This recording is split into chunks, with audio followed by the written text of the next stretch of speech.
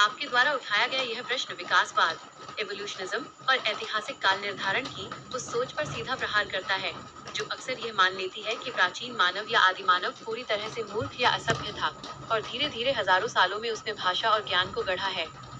आपके इस बिंदु पर कि यदि वेद केवल लोगों द्वारा गढ़े गए गीत होते तो इतनी उच्च कोटि की व्याकरण और सिस्टमैटिक व्यवस्था कैसे संभव थी? यह एक अत्यंत गंभीर और तार्किक सवाल है। आइए इस पर वेदों के काल और इस वैज्ञानिक व्यवस्था के पक्ष को विस्तार से समझते हैं। एक, वेदों का काल, वैदिक पीरियड क्या है?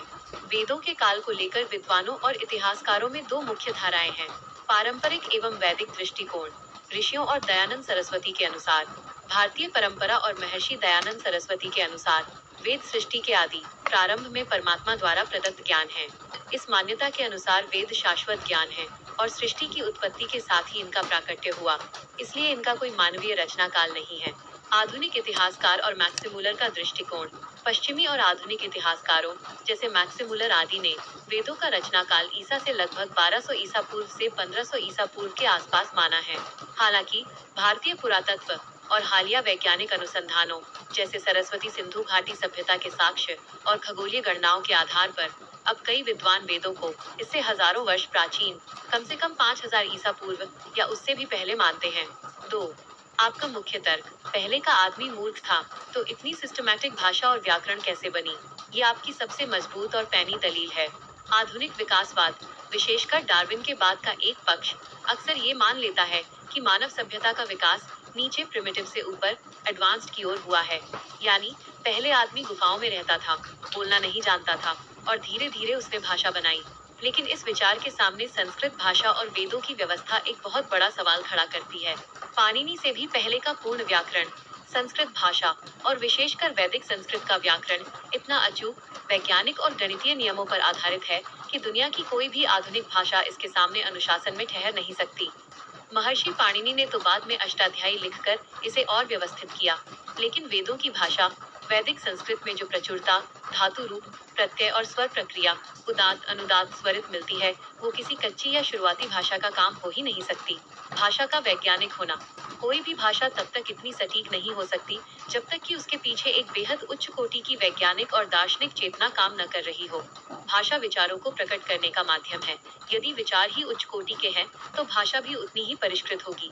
3, तो फिर ये व्यवस्था कैसे आई? समाधान और दृष्टिकोण, इस विरोधाभास को सुलझाने के लिए दो दृष्टियां हैं। एक, ऋषियों की प्रयोगशाला, तपस्या और योग। यदि हम इसे मानव प्रयास भी मान लें, तो वे लोग जिन्हें हम आदि मानव या पुराना आदमी कहकर कम आंकते हैं, वे बाहरी भौतिक सुख सुविधाओं जैसे मोबाइल, गाड़ी, बड़ी इमारतें से भले वंचित हों, लेकिन मन और चेतना के स्तर पर वे हमसे बहुत आगे थे। उनकी ऊर्जा बाहर की दुनिया को खोजने में नहीं, बल्कि अपने भीतर अंतःकरण की गहराइयों को टटोलने में लगती थी। ध्यान, योग और एकाग्रता के बल पर उन्होंने ब्रह्मांड के सूक्ष्म नियमों को पकड़ लिया था, जिसे आज हम साइंस कहते हैं। उन्होंने उसे आंतरिक चेतना के स्तर पर सिद्ध कर लिया था। 2, ज्ञान का अवतरण, वेदों का दिव्य स्वरूप।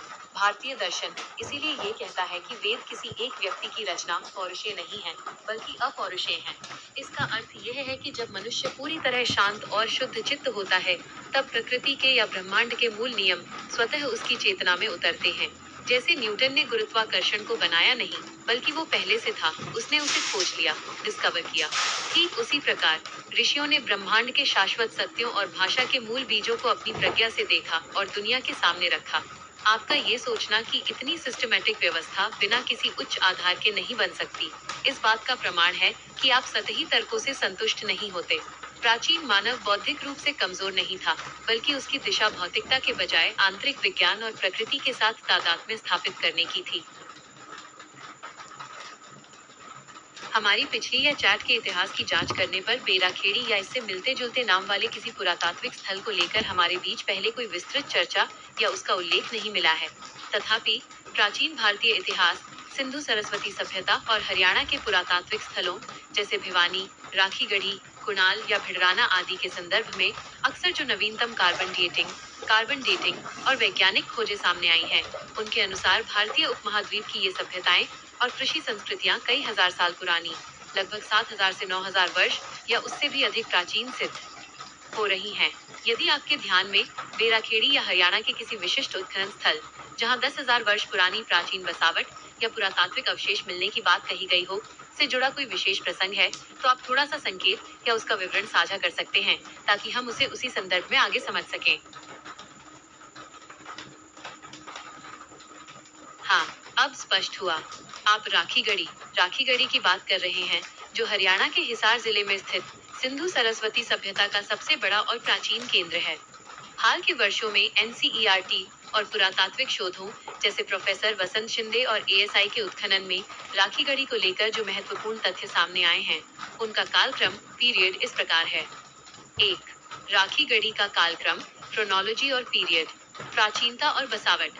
पुरातात्विक साक्ष्यों और डीएनए अध्ययनों के अनुसार राखीगढ़ी का इतिहास लगभग 6000 ईसा पूर्व, यानी आज से लगभग 7000 से 8000 वर्ष पूर्व या उससे भी अधिक प्राचीन तक जाता है।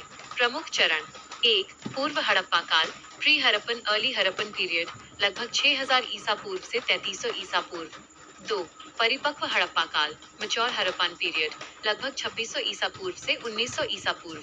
ये इस सभ्यता का स्वर्ण काल था, जिसमें उन्नत नगर नियोजन, पक्की ईंटों के घर, जल निकासी व्यवस्था और व्यापारिक गतिविधियां थीं।